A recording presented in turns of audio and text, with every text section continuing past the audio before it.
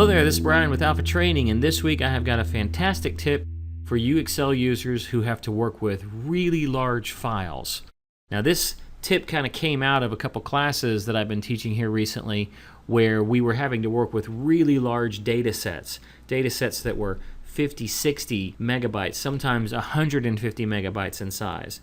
Now, not only do these files take a whole lot of space on your computer, but they also take a whole lot of time to load, and they're just about impossible to email to anybody.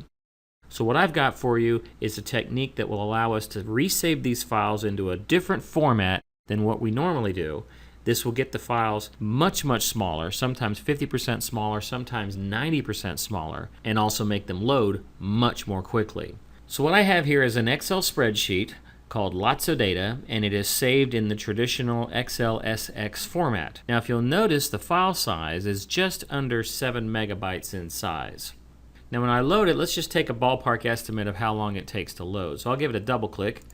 1, 2, 3. So it took right at 3 seconds to load that file. Not a huge amount of time, but then again, this isn't a huge file. Well, if I take this file and I go up to File, Save As, and instead of saving this as the traditional default XLSX format, I'm going to save it in what's called an XLSB or binary workbook format. Now what is different from an XLSB versus an XLSX, so in the old days files were saved as XLS files, Excel spreadsheet. Then in 2007 they started using a new language called the extensible markup language to save Office data, and so now it's XLSX, Excel spreadsheet stored in the XML language. XLSB, on the other hand, is an Excel spreadsheet stored in the binary language, and a binary language is kind of like the language that the computer wants to speak. It's got all the human niceties stripped out of it, and it's streamlined and optimized just for the computer, not optimized for the human being. So if I save this file, I'm going to close the file, and now we can see the XLSX file, which was just under 7 megabytes. The XLSB file is not even 2 megabytes. It's barely over 1.5 megabytes. Now what that's going to translate into is, A, it's going to take less space on your hard drive. So whether this be home or business, you multiply this from a business perspective where you've got tens of thousands of files that people are saving.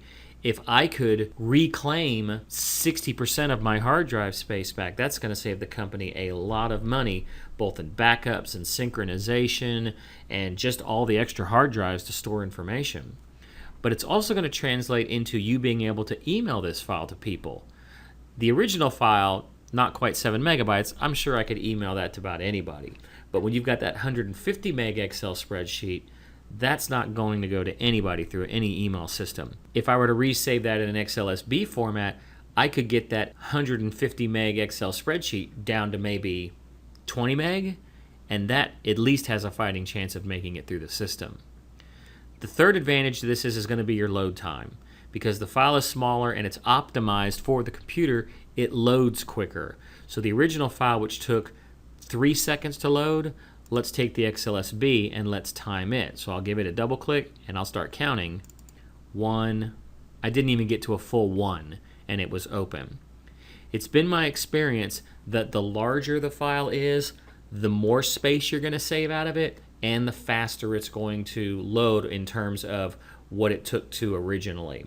So if it's a 150 meg file, you're probably going to be able to get it down to 20-30 megabytes, and if it took 1.5 minutes to load, you're going to get it down to about 15 to 20 seconds.